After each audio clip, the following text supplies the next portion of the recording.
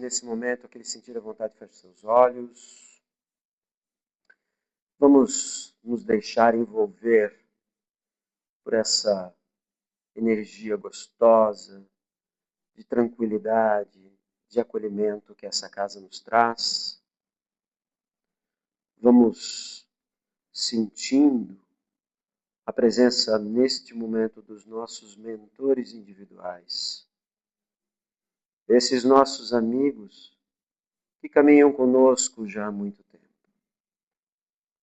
Vamos sentindo todo o seu amor de vida, ou melhor, de missão dedicada a esta encarnação. Agradecemos esses queridos amigos e, ao mesmo tempo, os abraçamos. Continuamos nos elevando, vamos formando uma egrégora nesse momento de gratidão. E vamos nos encontrando com o anjo Ismael, anjo tutelar do Brasil, escolhido pelo Mestre Jesus a conduzir o Brasil a ser a pátria do Evangelho, coração do mundo. Pedimos que continue derramando sobre a nossa nação sua luz, para que possamos seguir a nossa evolução como nação. Reforçando ainda mais essa união, nos elevamos e vamos ao encontro de Maria, Maria de Nazaré, mãe de Jesus, que trouxe o Mestre ao mundo há 2000 anos, que é exemplo de amor, de abnegação, mas acima de tudo, do sim a Deus. Disse sim sem titubear e aceitou a sua missão. Que nós possamos ser cada vez mais como Maria e dizer sim a Deus em todos os momentos. E a Maria que nos acolhe ainda mais nesse momento. E nos leva até Jesus, nosso querido Mestre. Que nos acolhe de braços abertos. Que olha e sorri para cada um de nós. Nós olhamos para Jesus nesse momento. E agradecemos ao Cristo. Agradecemos por todos os seus ensinos. Principalmente de amor ao próximo, caridade e humildade. Que nós possamos ser como Jesus. E é o próprio Jesus que nos eleva nesse momento e vamos sentindo a força criadora do Pai e agradecemos ao Pai por absolutamente tudo. E com muito amor no coração, em forma de agradecimento e glorificando, em pensamento oramos. Pai nosso que estais nos céus, santificado seja o vosso nome. Venha a nós o vosso reino. Seja feita a vossa vontade, assim na terra como já é no céu. O pão nosso de cada dia dai-nos hoje. E perdoai-nos, Pai, as nossas ofensas, assim como nós perdoamos a quem nos tem ofendido. E não nos deixeis cair em tentações, mas livra-nos, Senhor, de todo e qualquer mal, agora e sempre. Que assim seja. Pode acender, Sônia? Obrigado. Sempre é bom quando a gente pode contar com a ajuda do outro. Ó.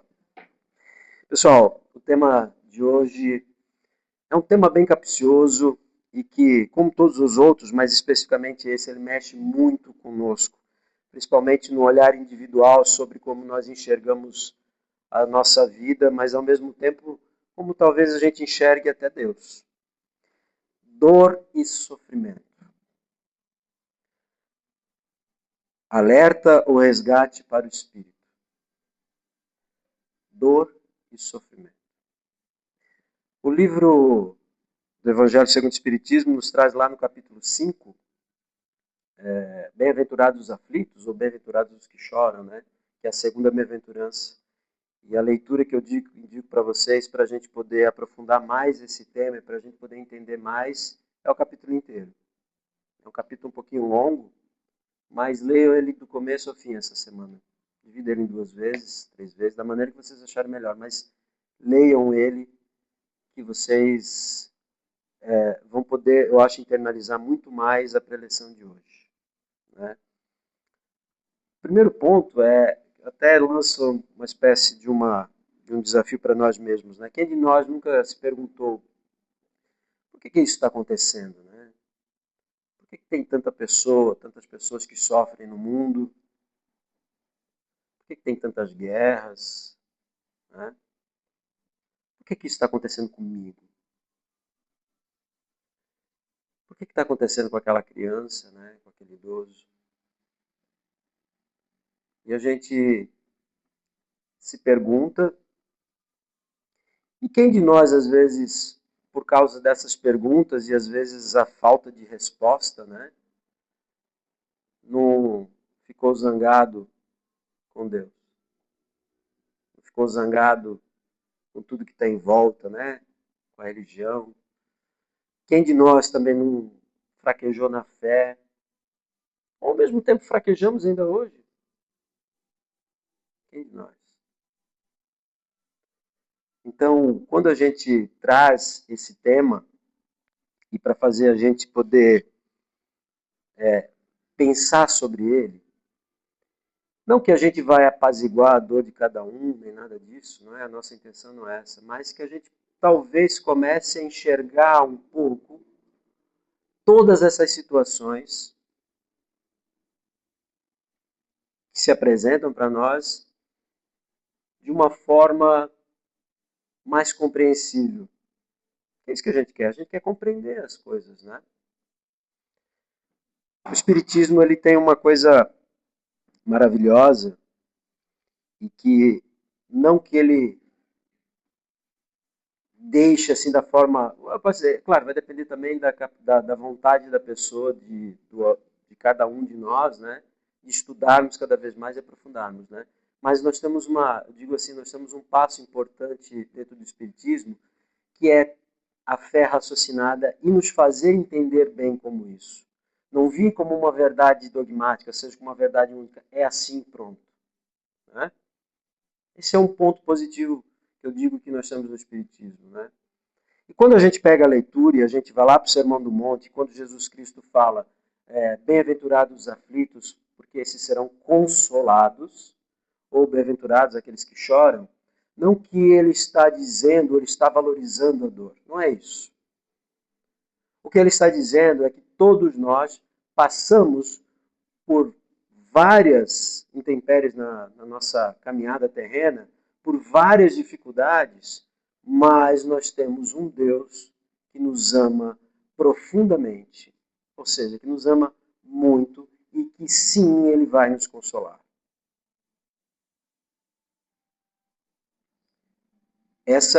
Se a gente pudesse colocar alguma verdade absoluta em alguma coisa, essa seria quase uma verdade absoluta. A gente ter a certeza que nós temos um Deus que nos ama profundamente. Mas, Ricardo, e esse Deus que nos ama profundamente? Tá, tu acabou de falar que ele nos ama profundamente, por que ele deixa isso acontecer? Por que eu tenho, numa mesma sociedade, pessoas que sofrem, passam fome e, ao lado dele, alguém que passa com um carro de milhões e ele não está nem aí para essa pessoa? E é aí que é um ponto importante da fé raciocinada e do pensamento sobre aquilo que o Espiritismo nos traz. Primeiro ponto, nós estamos em graus evolutivos diferentes. Nós não podemos pensar que nós, enquanto espíritos, cessamos as nossas encarnações. Essa é só mais uma delas. E quando nós estamos nessa encarnação, nós temos que pensar que nós temos aquilo que são chamadas, né, dívidas de vidas anteriores, e também de situações que nós mesmos construímos na vida atual, na encarnação atual. Então, muitas vezes, ou quase sempre, essas dores, ou esses desafios que nós temos, essas cruzes que nós carregamos, ou que outras pessoas carregam, vem de vidas passadas, vem de encarnações passadas, vem de situações não resolvidas, ou mesmo de situações que estavam sendo resolvidas e precisou ser cessado e continua a ser resolvida nesse momento. As dores e os desafios que nós encontramos, eles são uma espécie de cura de feridas. Como que algo que para mim é mal, que está me fazendo mal, pode ser a cura de uma ferida? Nós temos uma vantagem, e vou falar porque é vantagem, que de uma encarnação para outra nós temos o véu de esquecimento, não é isso? E se nós soubéssemos exatamente tudo o que nós fizemos em vidas passadas, pode ter certeza que nós teremos um conflito gigante dentro de nós. Gigante. Porque nós saberemos exatamente o que nós fizemos. E nós nos culparíamos, o ego e o orgulho nos dominaria, nós não conviveríamos com as pessoas que também nos fizeram mal, ou com aquelas que eu fiz mal, possivelmente eu teria tanta vergonha. Por isso que a sabedoria de Deus é infinita, né? Por isso que nós temos o véu do esquecimento. Mas nós temos dentro de nós, e nós temos também, a partir do momento que a gente reencarna, uma programação daquilo que a gente precisa melhorar, daquilo que a gente precisa trabalhar e, ao mesmo tempo, das provas que nós vamos passar.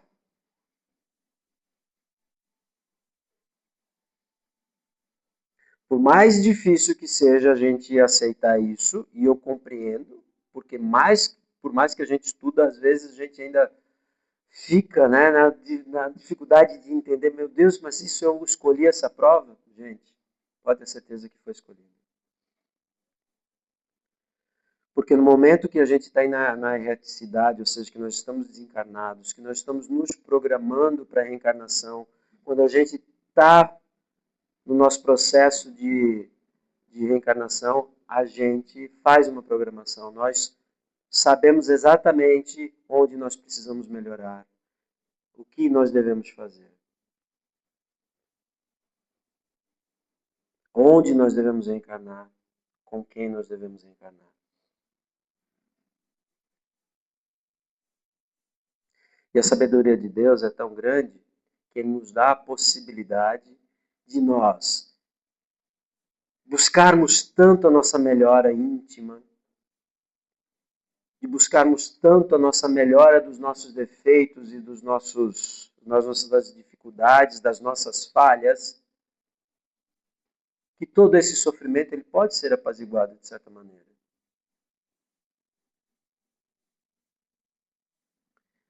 Mas o grande detalhe disso tudo que a gente está falando, isso aqui daria um livro, dá um livro, né? Mas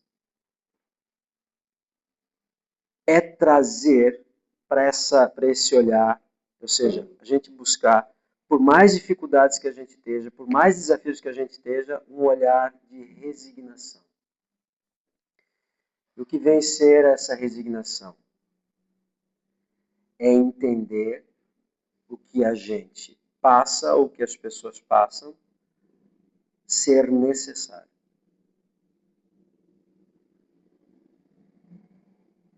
Não é aceitar de braços cruzados e dizer, não, pode vir tudo e eu vou me entregar. Não, não é isso.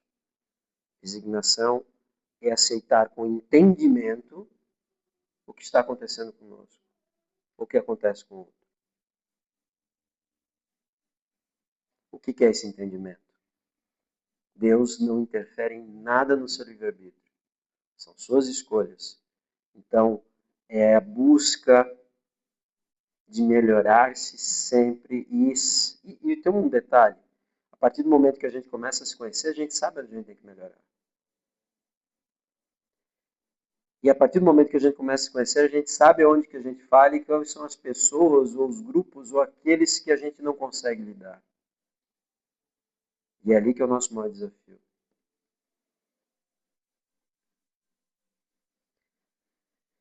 Quando a gente aceita com resignação as situações, aí vem o terceiro passo. O primeiro passo é reconhecer. O segundo passo é aceitar. O terceiro passo é como avançar e tentar apaziguar toda essa dor e essa angústia que existe dentro da gente. Estava assistindo uma palestra do Haroldo Dias Dutra e ele trouxe um trecho do livro Confissões do Santo Agostinho. Santo Agostinho foi padre, foi bispo, né? E depois ele também é um dos espíritos que traz a codificação. E ele tem um livro que escreveu enquanto encarnado chamado Confissões, que ele tenta descrever Deus. Ele fala que Deus é tudo, Deus está em tudo. Realmente, onde a gente olhar, nós vamos ver Deus. Mas o local onde ele mais se encontra é dentro de cada um de nós. Eu achei isso maravilhoso, porque a gente sempre fala da centelha divina, né? Deus nos acende a vida através da sua centelha divina, ou seja, dele mesmo. Então, Deus está dentro de cada um de nós. Mesmo passando por todas as dificuldades que são necessárias. Agora, como Deus enxerga o nosso mundo ou a forma que a gente enxerga? Preste atenção. Se Ele está dentro de nós, Ele enxerga tudo a partir dos nossos olhos. Se Ele enxerga tudo a partir dos nossos olhos, Ele tem, ou melhor, nós temos a certeza de que sim, Ele está caminhando ali com a gente. Ele não nos abandonou.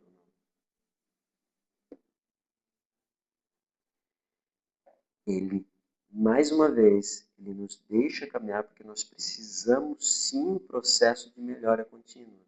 Mas ele não nos abandona. O Cristo deixou isso claro. Nenhuma ovelha fica para trás no meu rebanho.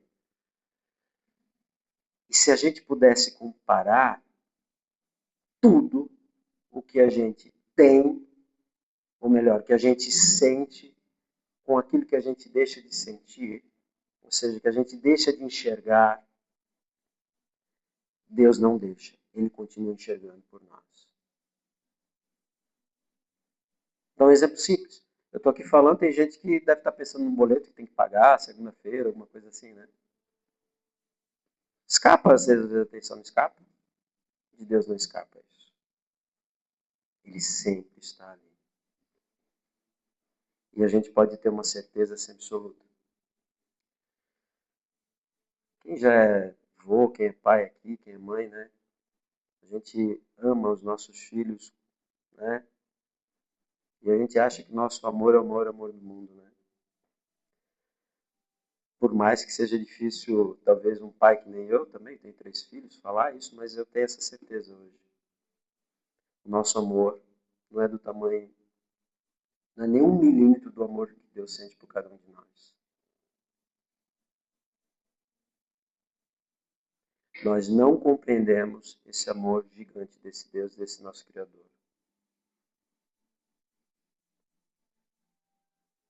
Por isso, quando a gente faz essa comunhão com Deus, que é o Deus presente, não é o Deus longe da gente, é um Deus que é dentro de nós,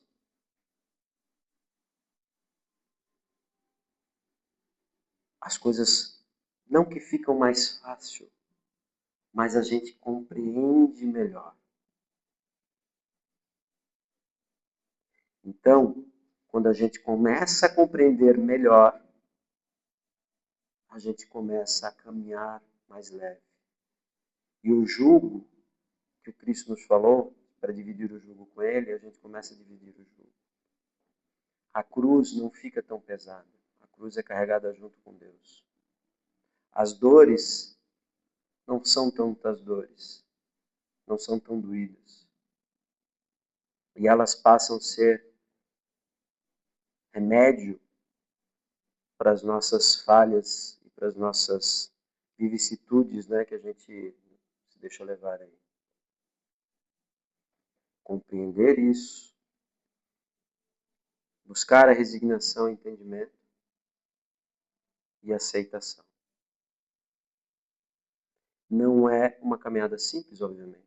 E a gente não resolve numa preleção, não resolve numa... Por isso que eu digo, gente, busquem entendimento, leiam sobre isso, se coloquem também à disposição de si mesmos e de Deus nesse sentido. Pode ter certeza que as nossas caminhadas serão um pouco mais leves. Ou seja, enfrentar as batalhas diárias sozinhos é péssimo. Agora, se a gente tem Deus junto com a gente, com certeza vão ser batalhas mais, não digo fáceis, mas serão mais leves para serem lutadas. Tá certo? Então, só para relembrar vocês, capítulo 5 do Evangelho segundo o Espiritismo, capítulo inteiro. Diria também para vocês nunca deixarem de ler as bem-aventuranças, tá? As bem-aventuranças são 8. Jesus nos trouxe lá no Sermão do Monte. Elas nos ensinam muito. O Mahatma Gandhi disse que se todos os livros, todas as bibliotecas do mundo sumissem e fossem apagadas da face da terra e só se mantivessem as bem-aventuranças, tudo estaria salvo. E ele nem cristão era. Certo? Então eu convido vocês mais uma vez a fechar os seus olhos, a respirar lenta e profundamente, trazer para o consciente nesse momento o sentimento de gratidão,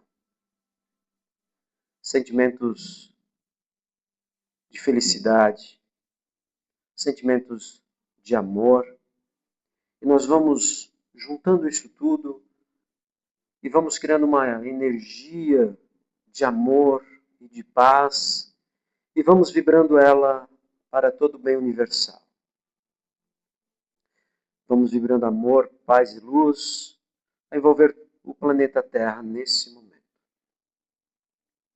Todos os lares. Vamos vibrar amor, paz e luz pelos países que sofrem com as guerras, que sofrem com a fome, que sofrem com o desleixo dos seus governantes, com a violência. Vamos vibrando pelo nosso país nesse momento. Vibrando muito amor, muita paz e muita luz também aqui pela nossa cidade. Vamos vibrando amor, paz e luz pelos irmãos que desencarnaram essa semana e por aqueles que reencarnaram. Vamos vibrando amor, paz e luz pelas casas de oração, igrejas, templos, terreiros, especialmente pelas casas espíritas e aqui pelo CAE, pelos trabalhos aqui desenvolvidos, pela pizza, pelo trabalho do SEMA, também pelo bazar, pelas caixinhas de vibrações que ficam ali fora.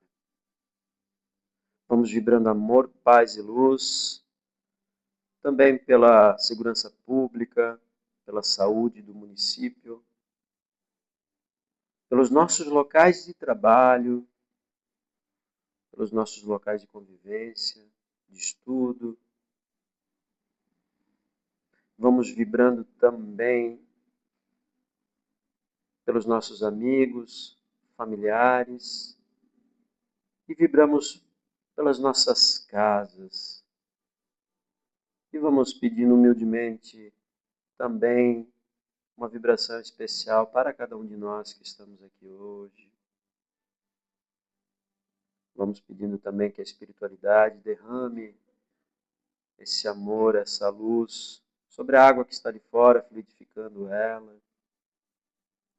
E vamos deixando uma intensa vibração de amor, paz e luz aqui no centro desta sala e que a espiritualidade amiga leve onde se fizer mais necessário. Que assim seja. Peço a vocês que aguardem a vinda dos